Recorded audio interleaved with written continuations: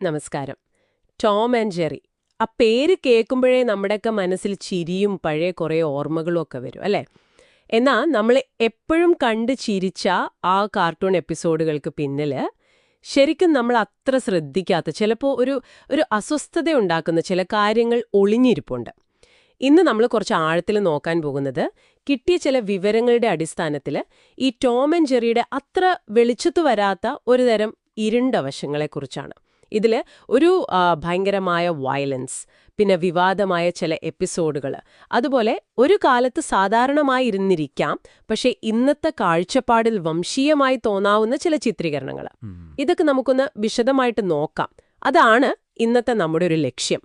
അപ്പോൾ ആദ്യം തന്നെ ഇതിലെ വയലൻസിന്റെ കാര്യമെടുക്കാം. ഇത് വെറുതെ ഒരു അങ്ങോട്ടും ഇങ്ങോട്ടും ഉള്ള തല്ലുപിടി എന്നതിനപ്പുറം ശരിക്കും അതിഭീകരമാണ്. ചിലപ്പോൾ ഓർത്തു നോക്കൂ, ടോമിനെ ഡൈനമൈറ്റ് വെച്ച് പൊട്ടിക്കുന്നു, ചിലപ്പോൾ കാറിടിച്ച് പരത്തുന്നു, ട്രെയിനിന്റെ മുന്നിൽ പെടുന്നു, തലയും വാലും വേറെയാവുന്ന സീനുകൾ പോലെ ഉണ്ട്. ഇതൊക്കെ സ്ഥിരമായി കാണുന്നതാണ്. കാർട്ടൂൺ കഥാപാത്രങ്ങളല്ലേ, അവർക്ക് ശരിക്കും ഒന്നും പറ്റുന്നില്ല എന്നത് ഓക്കെ. പക്ഷേ ഇത്രയും തീവ്രമായ അക്രമം കുട്ടികൾ കാണുന്നത് അത് ശരിക്കും എന്ത് സന്ദേശമാണ് കൊടുക്കുന്നത്? ഈ ഒരു ചോദ്യം അന്നും ഇന്നും പലരും ചോദിച്ചിട്ടുണ്ട് എന്നാണ് നമുക്ക് കിട്ടിയ വിവരങ്ങൾ പറയുന്നത്. ഇനിയിപ്പോൾ ഈ ശാരീരികമായ വയലൻസിനപ്പുറത്തേക്ക് പോയാൽ നമ്മളെ ഇമോഷണലി ബാധിക്കുന്ന ചില കാര്യങ്ങളും ഇതിലുണ്ട്. ഒരുപാട് ചർച്ച ചെയ്യപ്പെട്ട ഒന്നാണ് 1956 വന്ന ബ്ലൂ കാറ്റ് ബ്ലൂസ് എന്ന എപ്പിസോഡ്. അത് എന്താ പറയുക, ഭയങ്കര ഡാർക്കാണ്. അവരുടെ പ്രേമം തകർന്നുപോയി. ടോമും ജെറിയും അവർ രണ്ടുപേരും കൂടി ഒരു റെയിൽവേ ട്രാക്കിൽ വന്നിരിക്കുകയാണ്, ആകെ നിരാശരായിട്ട്. ബാക്ക്ഗ്രൗണ്ടിൽ ഒരു വിഷാദഗാനം, പതിയെ ഒരു ട്രെയിൻ വരുന്ന ശബ്ദം ഇങ്ങനെ അടുത്തടുത്ത് വരുന്നു, എന്നിട്ട് സ്ക്രീൻ കറക്കുകയാണ്. ഇത് ശരിക്കും ആത്മഹത്യയുടെ ഒരു സൂചന തന്നെയാണ്, അതിൽ സംശയമില്ല. നമ്മൾ കുട്ടികളുടെ കാർട്ടൂൺ എന്ന് പറയുന്ന ഒന്നിൽ ഇങ്ങനെ ഒരു രംഗം വരുന്നത് അത് ടോം ആൻഡ് ജെറിയുടെ ചരിത്രത്തിലെ തന്നെ ഏറ്റവും വിഷാദകരവും അതേസമയം വിവാദപരവുമായ ഒന്നായിട്ടാണ് കണക്കാക്കുന്നത്. ശരിക്കും ഞെട്ടിക്കുന്ന ഒന്നാണത്. ഇനിയിപ്പോൾ കുറച്ചുകൂടി ഗൗരവമുള്ളൊരു വിഷയത്തിലേക്ക് വരാം, അതായത് വംശീയമായ സ്റ്റീരിയോടൈപ്പുകൾ. ടോമിന്റെ വീട്ടിലെ ഒരു ജോലിക്കാരിയുണ്ടല്ലോ, മമ്മി ടു ഷൂസ് എന്ന പേരുള്ള കഥാപാത്രം, ഓർമ്മയില്ലേ? നമ്മൾ അവരെ മുഖം കണ്ടിട്ടില്ല, കാലുകൾ മാത്രമേ കാണിച്ചിട്ടുള്ളൂ.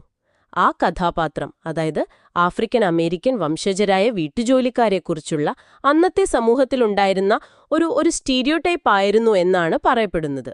അവരുടെ സംസാര രീതി, പിന്നെ ആ ഒരു ചിത്രീകരണം, അതെല്ലാം പിന്നീട് വലിയ വിമർശനങ്ങൾക്ക് കാരണമായി. അതുകൊണ്ട് തന്നെ പിന്നീട് പല സംപ്രേക്ഷണങ്ങളിലും ആ കഥാപാത്രത്തെ ഒഴിവാക്കുകയോ അല്ലെങ്കിൽ അവരുടെ സംഭാഷണങ്ങൾ മാറ്റുകയോ ഒക്കെ ചെയ്യേണ്ടി വന്നിട്ടുണ്ട്. ഇതുമാത്രമല്ല, ചില പഴയ എപ്പിസോഡുകളിൽ ഏഷ്യക്കാരെയും മറ്റു ചില വംശീയ വിഭാഗങ്ങളെയും പരിഹസിക്കുന്ന രീതിയിലുള്ള ചിത്രീകരണങ്ങളും ഉണ്ടായിരുന്നു. അതും പിന്നീട് സെൻസർഷിപ്പിന് കാരണമായിട്ടുണ്ട്. ഈ വിവരങ്ങൾ പറയുമ്പോഴും നമ്മൾ ഓർക്കേണ്ട ഒരു കാര്യമുണ്ട്. ഇത് ആ ഒരു കാലഘട്ടത്തിൽ ഇറങ്ങിയതാണ്. അന്നത്തെ സാമൂഹിക കാഴ്ചപ്പാടുകൾ ഇതിൽ പ്രതിഫലിക്കുന്നുണ്ട്. നമ്മൾ ഇന്നത്തെ കണ്ണിലൂടെ നോക്കുമ്പോഴാണ് ഇത് കൂടുതൽ പ്രശ്നമായി തോന്നുന്നത്. പിന്നെ ടോമിന്റെ കാര്യം, അതും ശ്രദ്ധിക്കേണ്ട ഒന്നാണ്. എപ്പോഴും അങ്ങോട്ടും ഇങ്ങോട്ടും അടിയും പിടിയുമൊക്കെ നടക്കുന്നുണ്ട്, ശരിയാണ്. പക്ഷേ സ്ഥിരമായിട്ട് കൂടുതൽ വേദനയും അപമാനവും സഹിക്കുന്നത് ടോം ആണെന്ന് പലരും നിരീക്ഷിച്ചിട്ടുണ്ട്. ജെറി മാത്രമല്ല ടോമിനെ ഉപദ്രവിക്കുന്നത്. ഓർത്തു നോക്കിയാൽ വീട്ടിലെ ഉടമസ്ഥർ, സ്പൈക്ക് എന്ന പട്ടി, വേറെ പൂച്ചകൾ, അങ്ങനെ പലരും. ചിലപ്പോൾ സാഹചര്യങ്ങൾ പോലും ടോമിനെതിരെയാണ്. ഇത് കാണുമ്പോൾ ചിലർക്കെങ്കിലും തോന്നിയിരിക്കാം, ഇത് വെറുമൊരു പൂച്ചേലി കളി എന്നതിലുപരി ടോമിന്റെ വേദനയിൽ മറ്റുള്ളവർക്കൊരു ആനന്ദം കിട്ടുന്നുണ്ടോ എന്ന്, അതായത് എന്താ പറയാ, സാഡിസ്റ്റിക് ഫീൽ വരുന്നുണ്ടോ എന്ന്. അതും ഒരു പോയിന്റാണ്. അപ്പൊ സ്വാഭാവികമായും ഒരു ചോദ്യം വരാം, എന്തിനാണ് ഇത്രയധികം വയലൻസും ചിലപ്പോൾ മുതിർന്നവർക്ക് മാത്രം മനസ്സിലാവുന്ന തമാശകളും ഇത്തരം വിവാദ വിഷയങ്ങളുമൊക്കെ ഈ കാർട്ടൂണിൽ വന്നത്? ഒരു പ്രധാനപ്പെട്ട കാരണം എന്താണെന്ന് വെച്ചാൽ, ഈ കാർട്ടൂൺ ഷോകൾ ആദ്യം ഉണ്ടാക്കിയത് ഇന്നത്തെ പോലെ കുട്ടികളുടെ TV ചാനലുകൾക്ക് വേണ്ടി മാത്രമായിരുന്നില്ല. മറിച്ച് സിനിമ തിയേറ്ററുകളിൽ സിനിമ തുടങ്ങുന്നതിനു മുൻപ് കാണിക്കുന്ന ചെറിയ ഷോർട്ട് ഫിലിമുകളായിരുന്നു ഇവ. അപ്പോൾ അവിടെ മുതിർന്നവരും കുട്ടികളും എല്ലാവരും അടങ്ങുന്ന ഒരു പൊതുവായ പ്രേക്ഷകരായിരുന്നു ഉണ്ടായിരുന്നത്. ആ ഒരു പശ്ചാത്തലം അതും കൂടെ കണക്കിലെടുക്കുമ്പോഴാണ് ഇതിലെ കുറച്ച് ഡാർക്കായ വിഷയങ്ങൾക്ക് ഒരു വിശദീകരണം കിട്ടുന്നത്. അപ്പം നമ്മൾ ഇന്ന് ടോം ആൻഡ് ജെറിയുടെ ആ ചിരിപ്പിക്കുന്ന മുഖത്തിനപ്പുറമുള്ള ചില കാര്യങ്ങളാണ് നോക്കിയത്. അതിലെ ഒരു അതിര് കടന്ന വയലൻസ്, ബ്ലൂ കാറ്റ് ബ്ലൂസ് പോലുള്ള ശരിക്കും വിഷാദം തരുന്ന എപ്പിസോഡുകൾ, പിന്നെ ആ വംശീയമായ സ്റ്റീരിയോ ടൈപ്പുകളും അതിന് നേരിടേണ്ടി വന്ന സെൻസർഷിപ്പും, അതോടൊപ്പം ടോം അനുഭവിക്കുന്ന ആ ഒരു തുടർച്ചയായ കഷ്ടപ്പാടുകളും അപമാനവും. ഇതൊക്കെയാണ് നമ്മൾ ഇന്ന് സംസാരിച്ചത്. ശരിക്കും കൗതുകമുള്ള കാര്യമല്ലേ? ഒരു കാലത്ത് നമ്മളൊക്കെ ഒരുപാട് ഇഷ്ടപ്പെട്ട് നിഷ്കളങ്കമായി കണ്ടാസ്വദിച്ച ഒരു കാര്യം ഇന്നത്തെ കാലത്ത്, ഇന്നത്തെ അറിവും കാഴ്ചപ്പാടും വെച്ച് നോക്കുമ്പോൾ എത്ര വ്യത്യസ്തമായിട്ടാണ് നമുക്ക് അനുഭവപ്പെടുന്നത്.